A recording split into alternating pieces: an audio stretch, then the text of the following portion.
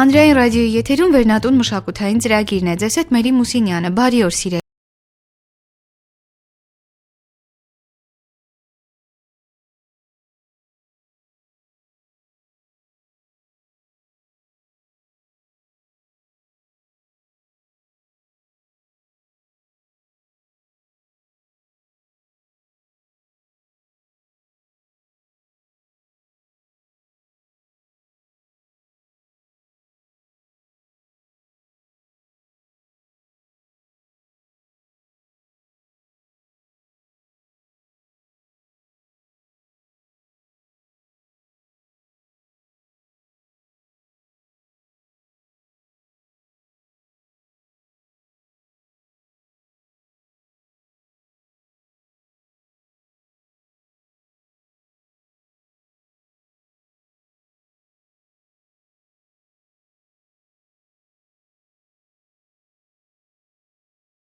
Ների ու թափառումների փոքրիկ պատմություններ էին։ Եվ ահա արդեն երկրորդ սկավառակը, որն այս անգամ Լիլիթն անվանել է համբերություն։ Առաջին սկավառակից դեռ գիտեինք, որ Լիլիթը ստեղծագործում է նաև իսպաներեն լեզվով։ Նոր սկավառակը ամբողջապես իսպաներենով երգեր են, որոնք այս անգամ էլ գործիքավորման նուրբ ու զգայուն ձեռագիր ունեն։ Լիլիթի երաժշտությանը համահունչ։ Երգերի մեծ մասի գործիքավորումն այս անգամ էլ արել է Նարինե Զարիֆյանը, մյուսները Տիգրան Տեր-Ստեփանյանը եւ Լիլիթ Պլեյանը։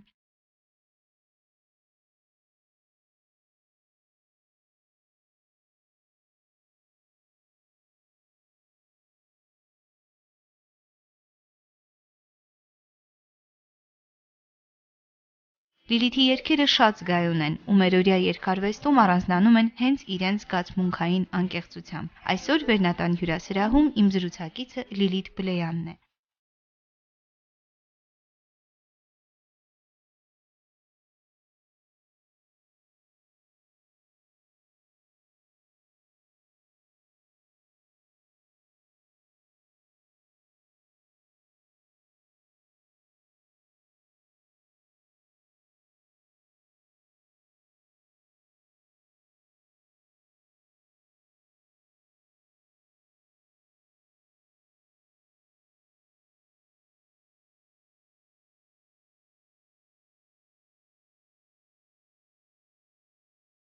Ինչպես ձեզ տեղեկացրել եմ, սիրելի ունկնդիրներ, այսօր իմ հյուրն է երգահան, երգչուհի, մի քիչ դժվար է ճիշտն ասած մտածել, թե ինչպես պիտի ներկայացնեմ այս հետաքրքիր եւ ինքնատիպ ստեղծագործողին, որովհետեւ երգահան բառը, ինչպես արդեն զրույցից առաջ հասկացա, մի քիչ դիսկոմֆորտ է ստեղծում։ Այնուամենայնիվ իմ հյուրն է երգահան, երգչուհի Լիլիթ Պլեյանը։ Բարի օր, Լիլիթ։ Ողջույն, Մերի ջան։ Շնորհակալություն ժամանակ ունեցար հանդիպելու։ Երևի թե նաեւ ռադիոլսողների համար ճիշտ եմ, թե ինչ խնդիր ունես դու այս երգահան բառի հետ, ինչու այդպես հեշտությամբ չես համաձայնում, որ քեզ որպես երգահան ներկայացնենք։ Մի քիչ երգահան, կոմպոզիտոր, այդ բառերը մի տեսակ մեծ են իմ վրա, քանի որ ինձնից առաջ այնպիսի անուններ են կրել այդ բառերը, ես անհարմար եմ զգում անկեղծ ասած, բայց պիտի երևի հարմարվեմ, որովհետև հայերենում կարծես թե չնայած ասեմ ստեղծագործող բառը ինքը կարծես թե շատ ավելի լայն ընդհանուր մի տեսակ ոլորտը չի նշում ստեղծագործող բառը, ընդհանրացնում է։ Մի խոսքով այդ խնդրը շարունակելու եմ գրել, եթե անգլերեն songwriter բառին համահունչ ավելի մինիմալիստական բանը ունենայինք, շատ ուրախ կլինեի, բայց այն պահից երբ որոշեցի, որ այլևս լրագրող չեմ եւ այդ մի մասնագիտական նշումը, տիտրը, որ ասում են, հա, մենք լրագրողներից ասում ենք տիտրը հանեցին վրայից, ուրեմն պիտի այդպես շարունակեմ երգահանը։ Իսկ հետաքրքիր է, ասացիր, որ լրագրությունը թողել ես։ Մինչդեռ դա քո բուն մասնագիտությունն էր, հա, բոլորը քեզ գիտեին որպես լրագրող Լիլիթ Պլեյան։ Արդյոք երաժշտությունն էր մեղավոր շքակերտների մեջ ասած, որ դու լրագրությունը թողեցիր։ Երևի ուղղակի այդպես ստացվեց, որովհետեւ այդպես պետք է ստացվեր ի սկզբանե։ Իրականում ես ոչ թե թողեցի ինչ-որ բան, ես ուղղակի վերադարձա մի այդպիսի մի շրջանի, որտեղից շատ վաղուց սկսել էի, ու որը շատ սիրում էի։ Սկսել էի դեռ մինչև դպրոց գնալը, գրեթե խոսելուն զուգահեռ, որովհետև ինձ համար երգեր գրելը, երգերով շփվելը աշխարհի հետ եղել է շատ բնական։ Ես չեմ էլ պատկերացրել, որ դա ինչ-որ այնպիսի մի բան է, որ կան մարդիկ, որոնք չեն անում։ Ինձ համար դա եղել է սովորական օրվա մի զբաղմունք։ Պահել ես ինչ-որտեղ այդ երգերը, այսինքն կամ հիշողության մեջ, կամ ինչ-որ թղթերի վրա ծնողների շնորհիվ, չգիտեմ, կան այդ երգերը։ Այդպիսի մի ոսկե մայրիկ ունեմ, որը դեռևս դիկտոֆոն չեղած ժամանակներում, ես ես հիմա ավելի ալարկոտ եմ, չէ, ժամանակակից մայրիկներին բնորոշ այդ հատկությունը ունեմ, հեռախոսս մոտս, ես ամեն պահի կարող եմ կոճակը սեղմել ու ձայնագրել աղջիկներիս ասածները։ Իսկ իմ մայրիկը նույնը անում էր, բարեբախտաբար երաժիշտ է, նոտագրել գիտեր, նոտագրում էր, սղագրում էր իմ ասածները եւ թե ինչպես էր հասցնում, չեմ պատկերացնում, որովհետեւ այն ժամանակվա կնոջ կենցաղը դաժանագույն մի բան է, համեմատելի չի, այո, այսօր։ Եվ ես այնքան շնորհակալ եմ, որ ինքը անհավանական գործ արել է եւ այդպես իրոք տետրերով, նոտագրելով պահել է մի փոքրիկ սիրուն արխիվ, որը շատ թանկ է ինձ համար, կարծում ցանկացած մարդու համար իր մանկությունը այն ամենակարևոր փուլն է իր կյանքում, որ իր հետ մինչև վերջ կրելու է։ Այն փոքրիկ եդեմը, որը մենք միշտ ունենք մեր մեջ։ Իսկ երբ որ թերթում ես այդ ոսկե ալբոմը, դու ճանաչում ես այնտեղ այն Լիլիթ Բլեյանին, ով այսօր այս երգերն է երգում։ Անպայման Նախ այնտեղ այն բոլոր հեքիաթներն էին, այն բոլոր առածներն էին, Թումանյանի քարյակներն էին, Չարենցի նավզիկեներ եւ բոլոր այդ չափածո ու արձակ ստեղծագործությունները, որոնք ես շատ վաղ տարիքից դեռևս մինչեւ խոսել սկսել լսել եմ, իմ ծնողները, իմ հայրը քննելուց առաջ պարտադիր ինձ մասնակից են դարձրել մեր հատկապես հայ գրականության հետ։ Գրականության երաժշտությունը անցել է ձեզ, հա։ Իհարկե, եւ խոսքը իր մեջ պարտադիր երաժշտություն ունի ու հենց այդ պահից է երևի կապվել են բառերն ու երաժշտությունը իրար, որովհետև հայրս գրականությունն էր, մայրս երաժշտությունը, ու այդպես միտեղ այդ երկու վտակը միացել են ու դարձել են մի այդպիսի գետակ, ու ինձ համար այդպիսի մի բնական սիրուն ճանապարհ է սկսվել, ու ել եմ ասում ես լրագրության մեջ մեծ հաշվով ցավոք սրտի չկա երաժշտություն։ Այսինքն կա գուցե, բայց շատ ավելի անհանգիստ, շատ ավելի գուցե պեսիմիստական նոտաներով ավելի շատ ուրիշ տրամադրություններ կրող, իսկ ես միշտ ուզել եմ վերադառնալ ու մի օր որոշեցի, որ երևի այդ պահը եկել է։ Siempre tú traes tu paciencia, me traes tu calma, siempre tú sabes aliviarme cuando estoy perdida, siempre tú cambias mis caminos llenos de peligros, siempre tú devuelves los milagros que se me han perdido por eternidad. Տրամադրություն, որ ասացիր, ես կարծում եմ, որ այդ բառը ամենաբնորոշն է քո երաժշտությանը։ Ես հաճախ եմ լսում քո երգերը եւ շատ հաճախ ունենում եմ զգացողություն, որ դրանք այնքան ծանոթ, այնքան հարազատ թրթիրներ ունեն իրենց մեջ։ Մի տեսակ չէիր պատկերացնի, որ քո ներսի այդ եղած տրամադրությունը հանկարծ այսքան ճգնաղ երաժշտության տեսքով կլիներ։ Նաեւ շատ կանացի թեմաներ են քո երգերը եւ երևի թե պիտի անկեղծություն ունենալ դրանց մասին երգելու, օրինակ Մութ սենյակում երգը ես հիշեցի, դա շատ անկեղծ երգ է։ Արդյոք կա մի բան, որի մասին դու ուզում ես ասել, երգնել է, չէ, իր հերթին հայտարարություն, հաղորդագրություն, ինչ ես դու ուզում ասել քո երգերով, քո կարծիքով։ Անկեղծությունը ամենակարևորն է իհարկե։ Եթե մինչև վերջ անկեղծ չես լինում, երգը չի ստացվում։ Ես ունեմ այդպիսի փորձ, ունեմ բազմաթիվ երգեր գրված, որոնք այդպես էլ չեն ձայնագրվել, ու կասկածում եմ արդեն, որ երբևէ կձայնագրվեն, որովհետև ես ինքս իրենց մեջ ինչ որ ֆալշ զգում եմ ու թույլ չեմ տա իրենց, որ այդպիսի անպատկար տեսքով, որովհետև ճիշտ է, երգերի մեջ անկեղծությունը քողարկվում է, հանգի հետևում, հա, ինչ որ ռիթմի հետևում եւ այլն, ինքը ամեն դեպքում ամեն մարդ իր կերպ է ընկալում, բայց եթե դա չեղավ, նախասկզբնական ամենակարևորը, եթե այդ հիմքում չեղավ այն ինչ որ դու իրոք ուզել ես ասել, կստացվի այն ինչ որ ցավոք սրտի մենք այսօր հաճախ լսում ենք։ Ու այսինքն եթե դու ասում ես ինչ որ մի բան, ապա բարի եղիր իրոք ասել են ինչ որ ուզում ես։ Ես փորձել եմ նույնիսկ նոր սկավառակը, որը ես վերջերս ներկայացրի, այնտեղ հիմնականում իսպաներեն երգեր են եւ նույնիսկ իսպաներեն երգերի մեջ ես չեմ օգտվել առիթից, որ օտարալեզու է եւ կարող եմ այսպիսի ինչ որ շաբլոն բաներով սահմանափակվել, հա, եւ ավելի հեշտացնել իմ գործը, չէ, ելի փորձել եմ ամեն երգի մեջ մի այդպիսի պատմություն, նույնիսկ եթե դա հորինված պատմություն է, նույնիսկ եթե պատմությունը ինձ հետ չի պատահել, բայց ես փորձել եմ դրա մեջ տեսնել ինչ որ հետաքրքիր բան, կամ քեզ տեսնել այդ պատմության մեջ, կամ ինձ տեսնել, կամ գուցե ինձ հարազատ ինչ որ մարդու, ես փորձել եմ մտնել այդ պահի ապրումների մեջ, անպայման փորձել եմ ամբողջական դարձնել, այսինքն եւ մեղեդին, եւ խոսքերը, եւ թեկուզ ռիթմը, որ այդ ամեն ինչը իրար լրացնելով հանդերձ մեկ ամբողջություն դառնան։ Այդ տրամադրությունը փոխանցեն, այսինքն իրենք դառնան լսողիններ, իրենք ստեղծեն այդ տրամադրությունը ու ստիպեն նաև ինչ որտեղ մտածել։ Նույնիսկ եթե բառերը չեք հասկանում։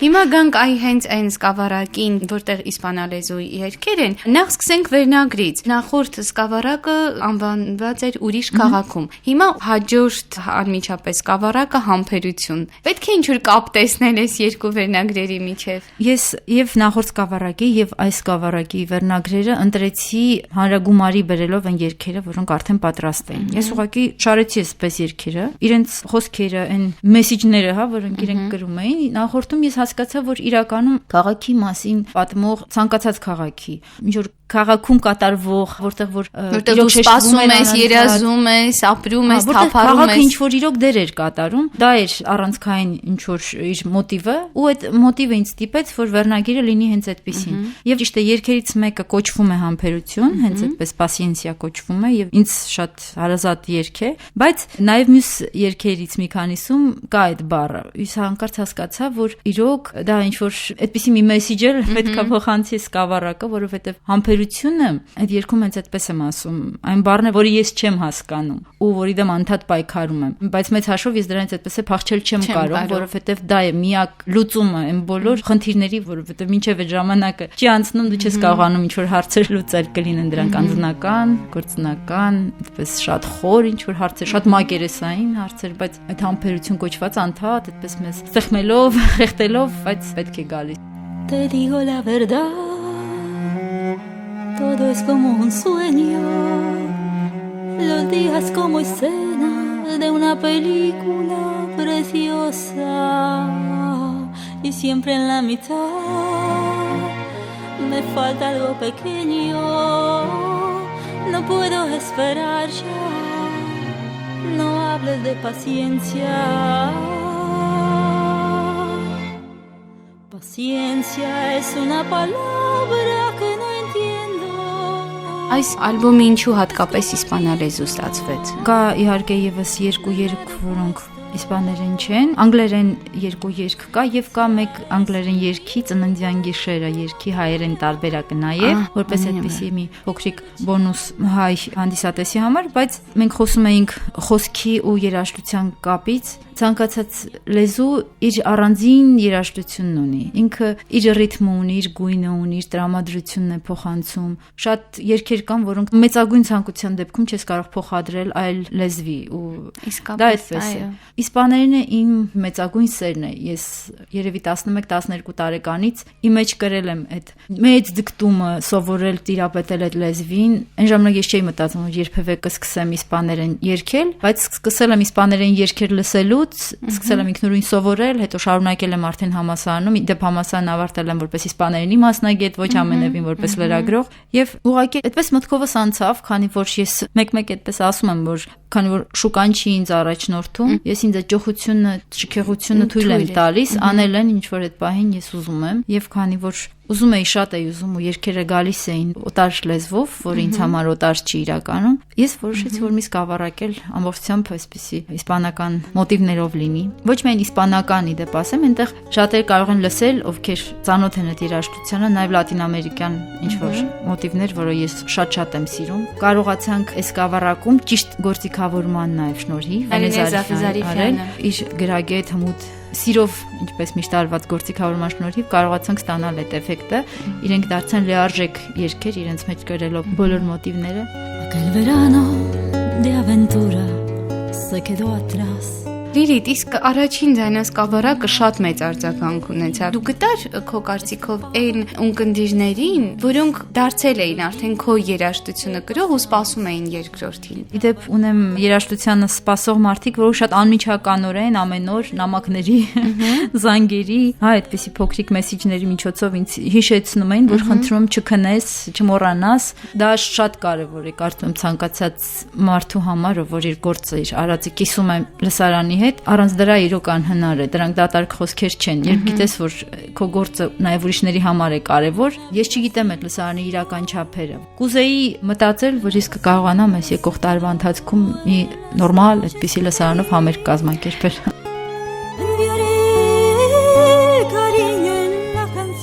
Գիտես այս պահին նաև ինչ հիշեցի, որ օրեր առաջ Մխիթար Սեբաստացի կրթահամալիրում կարծեմ Սեբաստացու օրերն էին, ես այնտեղ ներկա էի եւ քո հայրը Աշոտ Բլեյանը խոսք էր ասում իր աշակերտներին ուղղված եւ այնտեղ ասեց, թե այ եթե ինձ հարցնեին, թե դու եթե նորից ծնվեիր ինչ պիտի դառնայիր, ես կասեի երաժիշտ, որովհետեւ ես պաշտում եմ երաժշտությունը եւ ինձ համար դա շատ վեր արժեք է եւ ասած երևի թե դա էր պատճառը, որ իմ աղջիկները այսպես իրենց գտան երաժշտության մեջ, քույրդ կարծեմ մյուս չէ, նաեւ փոքր քույրս երաժշտության գծով է գնում։ Հիմա քեզ լսելիս հիշեցի, որ իսկապես երբեմն ծնողների ցանկությունները այդպես իրականանում են։ Չի բացառվում, իհարկե, ընդհանրապես ցանկությունները այդպիսի տարօրինակ սուբստանցներ են։ Ես այնքան կուզեի, որ մենք եւ զգույշ լինեինք ցանկությունների հետ եւ նաեւ իրենց շատ լուրջ վերաբերվեինք, այսինքն մենք անընդհատ ունենայինք այդ ցանկությունները մեր մեջ։ Ցավոք սրտի օրերը մեր այնպես կարճ են, այնպես լի են ուրիշ ինչ որ անհասկանալի խնդիրներով, որոնց մենք անդադ կարևորություն ենք տալիս, որ ստիպում են բազմաթիվ շատ ավելի կարևոր դրվագների հետին պլան մղվել եւ մենք չենք հասցնում հասկանալ, մենք իրականում ինչ ենք ցանկանում։ Ամենադժվար բանն է հասկանալ, ինչ ես ցանկանում, ուր ես ուզում գնալ, ինչ ես ուզում դառնալ։ Հա, մենք պիտի հասնենք ինչ որ այդպիսի մի տարիքի, երբ որ վերադառնանք մեր ցանկություններին, դեպի սկիզբը գնանք, գլորվենք ու հասկանանք, որ այ փաստորեն մենք այսքան տարի փնտրում էինք ու գնում էինք լրիվ ուրիշ ուղղությամբ։ Ես ուրախ եմ, որ ես մի պահի կարողացա կանգ առնել ու շատ շնորհակալ եմ, որ ես ունեցա այդ հնարավորությունը, որովհետև շատերը ուղղակի չեն ստանում այդ հնարավորությունը, իսկ ես ստացա, որովհետև այդպիսի մի կյանքի կողմից ինձ նվերներ են միշտ գալիս մարդկանց տեսքով։ Փառքաստով։ Ես չեմ դադարի շնորհակալ լինել այդ նվերների համար ու իմ կողքին միշտ մարդիկ են, ովքեր ինձ տալիս են այդ հնարավորությունը վերադառնալ այնտեղ, որտեղ ես կուզեի լինել։ Այդպիսի նվեր ինձ առաքված իմ ամուսինը, եթե ինքը չկարողանար ինձ այս ընթացքում ուղղակի աջակցել 120%-ով, ես ուղղակի սիրում է, չէ՞ քո երգերը, պատկերացնում եմ ինչ հաճույքով պիտի լսի։ Ինքը առաջին լսողն է, առաջին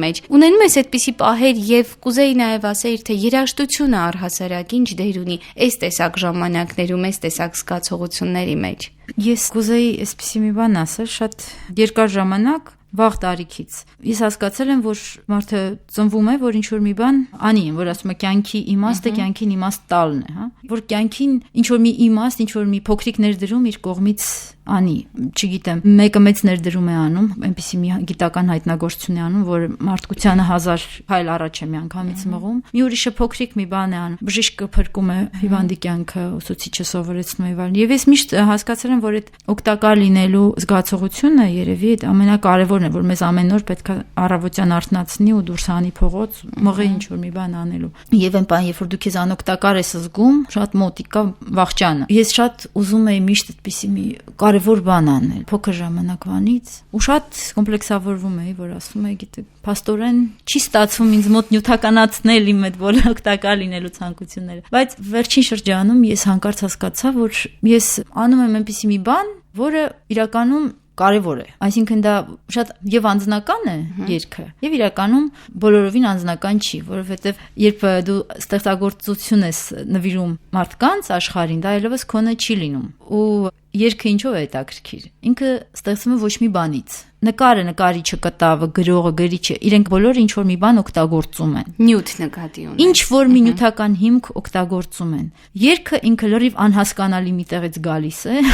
ու լրիվ անհասկանալի մի ձևով մտնում է մեր մեջ, լսողի մեջ ու դառնում է իրենը։ Ես հասկացա, որ ես ուղղակի այնպիսի մի նվեր եմ ստացել, որ ես կարողանում եմ որտեղից դա ստանալ ու փոխանցել մարդկանց, որովհետև դա իմը չի, դա ես իրավունք չունեմ ուղղակի դա պահել ինքս ինձ ու հասկացա, որ այդ պահից արդեն ավելի հանգիստ եմ, ավելի լիարժեք եմ ինձ զգում, որ չէ, ես ինչ որ մի բան պաստեն անելիք ունեի։ Te dibujé para mantener tu mirada y tu calor siempre conmigo.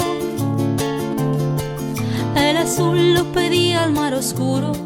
Որտեղից կարելի է ձեռք բերել սկավառակը։ Սկավառակը դեկտեմբերի 21-ից սկսած կարող եք գրախանութներում եւ սկավառակների խանութներում հարցնել, բայց այն ինչ որ ես կարող եմ այս բանին հաստատ ասել, որ այն կլինի բյուրոկրատ գրախանութում դեկտեմբերի 21-ից սկսված։ Ես այնտեղ նախատեսել եմ այդպիսի մի փոքրիկ միջոցառում, որը դեկտեմբերի 21-ին շաբաթ օրը ժամը 3-ին, մինչև ժամը 5-ը կտևի։ Դա բոլոր նրանց համար է, ովքեր կուզեն ինձ հետ շփվել, զրուցել, սկավառակը ունենալ մակագրությամբ։ Տարվա վերջում միշտ այսպես խտանում են, չէ՞, զգացողությունները կամ սպասումները։ Հանկարծ զգում ես, որ դու էլ ես այն փոքր երեխաների նման ինչ որ հրաշքի սպասում։ Ես կուզեի, որ հրաշքի սպասումը մենք գործի վերածեինք։ Ամեն օր մի քայլով մենք ինքներս մեզ մեր պատկերացրած հրաշքին մոտեցնեինք, որովհետև սպասելով ցավոք սրտի ոչինչ